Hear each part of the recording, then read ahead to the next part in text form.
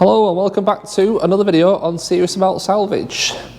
Just before we do start on this new car, just a quick note about the lack of videos last week and a bit.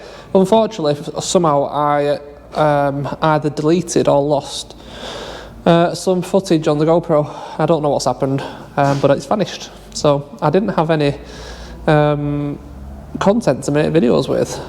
It was on the 220i as well, so there's going to be a bit of a gap in the videos, unfortunately, but it is what it is, can't do anything about it now. Anyway, we have today another new car.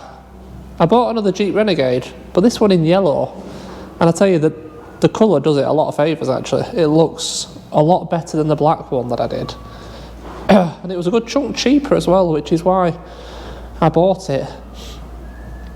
But it is listed as a non-runner, and I don't really know why right now. So, I mean, we will see. I gamble as always, but obviously the non-runners do tend to go through cheaper. Fingers crossed it just starts up, really. Let's spin round. There it is. What year was the black one? I'm going to say the black one was a 16, wasn't it? So this one's a 2015. It is again the 1.6 diesel. Same engine that it's in the 500X. And this is the damage we're looking at here, really. This is the damage. The wheel's been ripped off. The strut's gone. Yeah, it's a weird one. It's just caught. I don't know what's happened. Perhaps the fact that no airbags have gone, perhaps it was parked up with some steering lock on and someone's sideswiped it and took the wheel with it. So Mr. Chainsaw's had it again. Believe me or not, I've been in here for over an hour and they've not touched that chainsaw. The second I've turned the camera on, he started with it. Anyway, right, so we'll have a quick look round it. I've literally just lifted this up off my trailer, so I haven't really had a chance to look at it myself. There's a few marks there. Whether they'll polish off or not, we will see. Yeah, these marks, but these ones, they look like they'll come out. It's just on top, I think, by the looks of it. I think I saw... So it's a bit hard in the wet. But yeah, the front end, really, the bonnet hasn't been moved. See, it all lines up. The bonnet, so the bonnet's not been moved.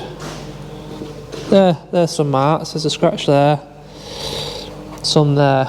Some there. It looks like they've had a strap over it, I think. There's a bit of damage on the bonnet there, but it'll repair. Bumper, again, I think it'll need painting. I think that'll be okay. There's a light smash there.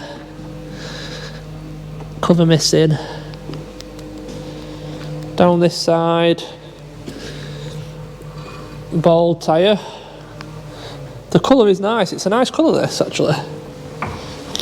Nothing along here, nothing along here. Some kind of all-terrains on, well, snow tyres maybe, something like that, on the rear. Not sure why they're on the rear, because this is a front-wheel drive Renegade, so. All the back. Looks good. Again, you got your snow tyre, whatever it is on the back there. So in overall, it's not too bad on the outside. Oh, the wheels here. Again, that tyre's knackered as well. All that's going to be knackered. It's all done for. The trim. Oh, the springs there. Why is the two springs there? What? Huh? Why is the two springs?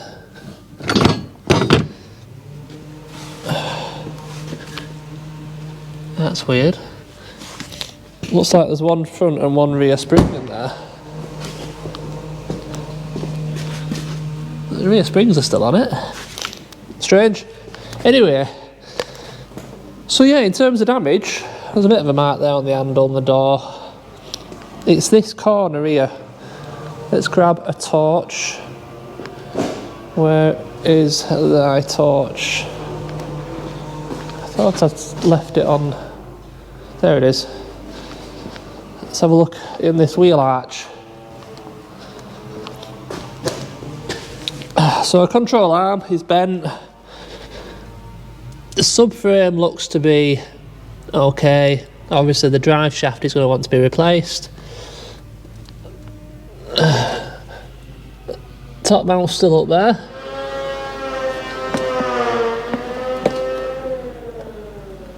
It doesn't look like there's any actual body damage. Maybe this bracket. Is that a bracket? The bracket that holds the wing? It would be nice to get this wing off in this video, wouldn't it? And have a look. And this splash guard out. Just to make sure. I think we'll do that. That doesn't look too bad. Brake lines snapped. That's going to be your wheel speed sensor. Drop link is broken. Right, anyway, so why is this listed as a non-runner? That is the big question really, isn't it? Because that's what basically will dictate whether this was a good buy or not. Why can't I open this? There. Oh. Because if it truly is a non-runner, then we might be in a bit of a problem. If it runs, it will turn out to be a cheap motor. I mean, I can't see any reason for it not to. I mean, there has been some instances at Salvage that when the car is on the floor, do you know, the underbody is on the floor, especially the front, they don't tend to try to start them. As far as I understand, batteries disconnected, they always are. But there's nothing really under here that I'm concerned about. Does it have? I mean, it's got oil in it. It could be a touch low.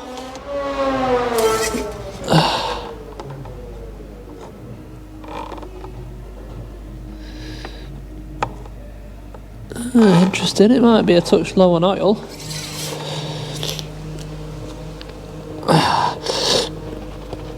Oh, I can't get that off. But I mean, there was no signs of an oil leak underneath.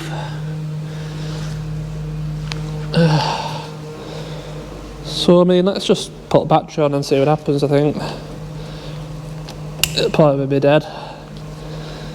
Got a bit of sniffles today, so I apologise if I sound a bit choked up or bummed up, should I say. So mileage has come up. Interior lights on. I tell you, let's climb in. Let's just see what the state of the battery is. I can't get in the driver's side because it's off-centred on the ramp. Oh, so we're going to climb across. So hopefully this does start without a boost pack, because I'll have to climb back out. I mean, like I said, interior lights are on. We've got the one key. It might need recasing because I think there's a bit of silver missing, isn't there, on the bottom of it.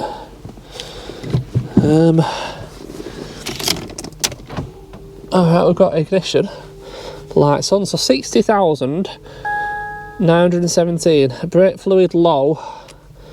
I mean, the brake flexi is broken. Got an whole list of problems. But it does think there's 33 psi in that tyre. That is missing. Right, shall we see what happens?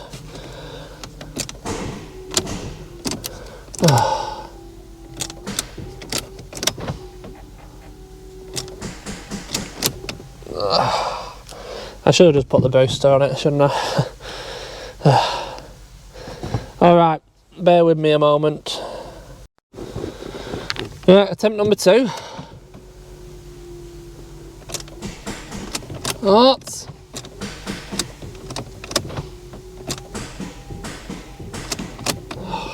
Okay. 3rd time lucky.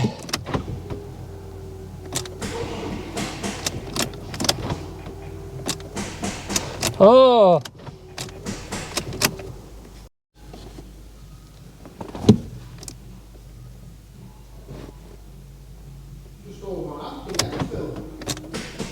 What is going on with this booster? Well, that was an absolute palaver, but it runs and it fired up straight away. Unfortunately, I couldn't catch it on camera because my boost pack, I don't know what's up with it. It's having a bit of a hissy fit at the minute. By the time I jumped in, it was turning itself off. So I had someone come in and mess with it, and we still couldn't get it to go, and then suddenly it's just started and I didn't have the camera on, so I am sorry. But anyway, yeah, it started straight up. It sounds fine. I'm not really sure why it was listed as an on-runner.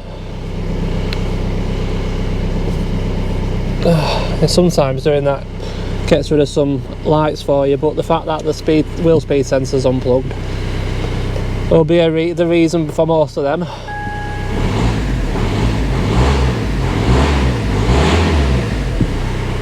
It sounds really good actually.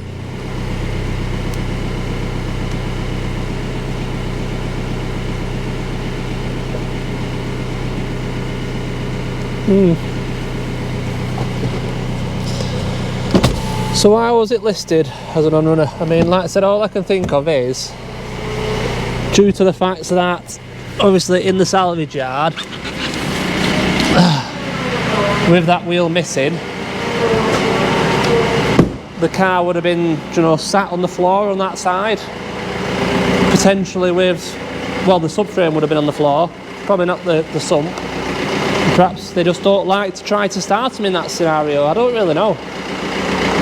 But, I mean,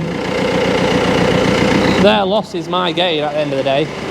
But as they always say, you know, especially buying non-runners from salvage auction, unless you can afford to lose your money, just don't do it. I take risks because it makes for good YouTube content, and when it pays off, you end up with a good bargain really. So when I say bargain, it's snowing. When I say bargain, the hammer price on this car was £1,850. Out the door was 21.20 I think. It's a lot of car for 2,100 quid, isn't it? And not a lot of damage in my opinion. Now these Renegades, some parts can be very expensive, but the parts that I need, not at all. It should be a relatively easy, cheap fix this really. As far as I can tell so far anyway. Now I know that it runs, I'm happy with my buy. So yeah, anyway, I'm not going to leave it running because it's stinking out my unit for the main reason. What I want to do is get this wing off for a couple of reasons. To allow this bumper then to, you know, relax back into shape and see if we can get by with it. And obviously to have a look behind there at the inner wing, really. Inner wing, wing bracket, that kind of stuff. Because I do believe that's obviously a bit out of shape, that mounting point. And yeah, we need to know what's going on behind there.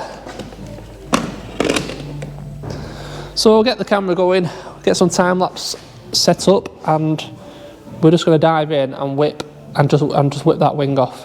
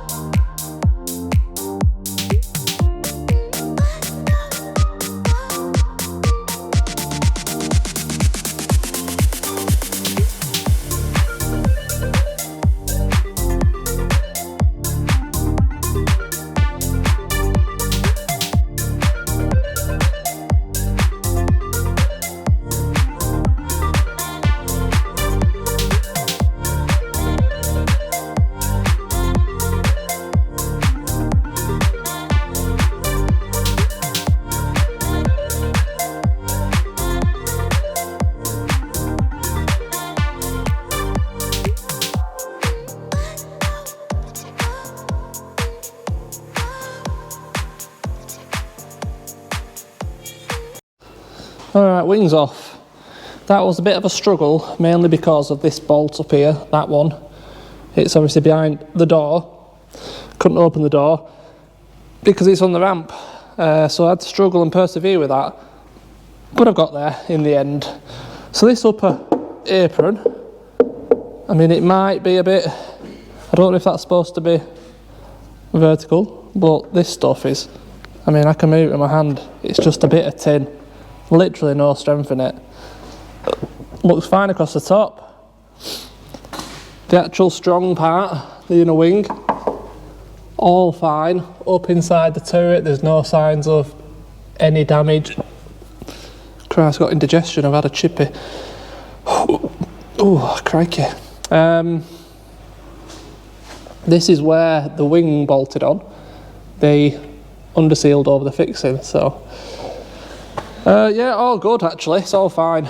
The only bit that might be an issue is this wing bracket is spot welded to the body, and it's badly misshapen, and that needs to be in the exact right place. So I'm probably going to find a breaker who's willing to drill me off this bracket, and I'll spot weld a new one on, I think, because not only does it hold the wing, it holds the side sill as well, so that needs to be in the right place. So it won't be an issue, but I need to find that piece. I think this wing bracket is okay, although it's just, there's not much strength in this little apron.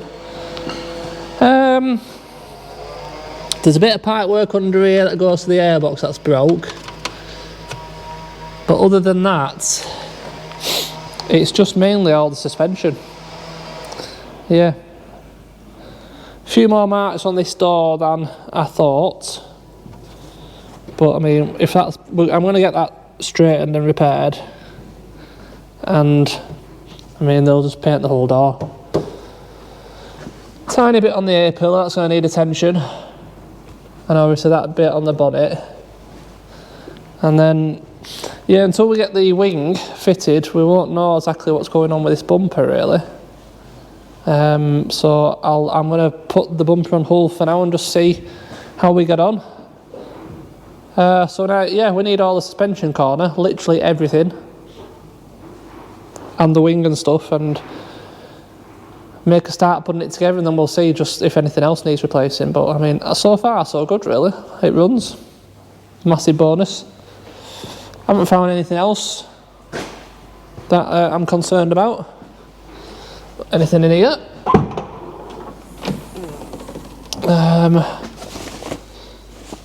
Not really. Little compressor. Okay. I'm gonna pull my arm off then. Yeah, all in all, I'm reasonably happy with it. I don't understand the two spring situation here, really.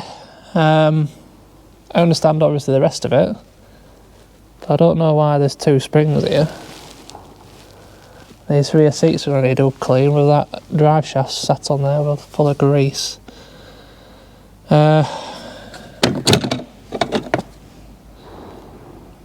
that's off. I mean, that's the point. There's a good chance the spring's from whatever. Oh, I need that. Oh, I'm happy that's there. Yeah, there's a good chance the spring is from whatever car hit it, isn't it?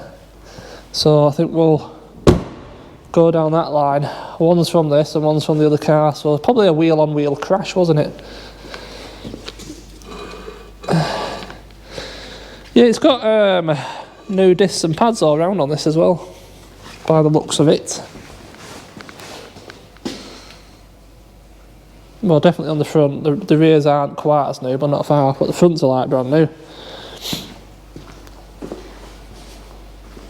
Right, well, there is nothing else really we can do now to this one until we get some suspension parts, get it down on the floor, get it moving. So I'll have a good search now for some parts, get us some stuff to fit it up. Oh, bumper to wing bracket. Yeah, get some parts for us to fit up, and we'll see how we get on with it. But you know, the base of it, like I said, it runs, so I can't see any reason why it won't drive. Need a drive shaft as well. Yeah, all in all, I'm pretty happy. So I think, you know, there's no point waiting for parts and continuing this video. We'll just send this one here, start a new video for putting it back together, and I think it'll be a really easy, straightforward one. I like the colour. The colour, like I said, has made such a big difference. The black one looks dull and boring. This one doesn't. Sorry.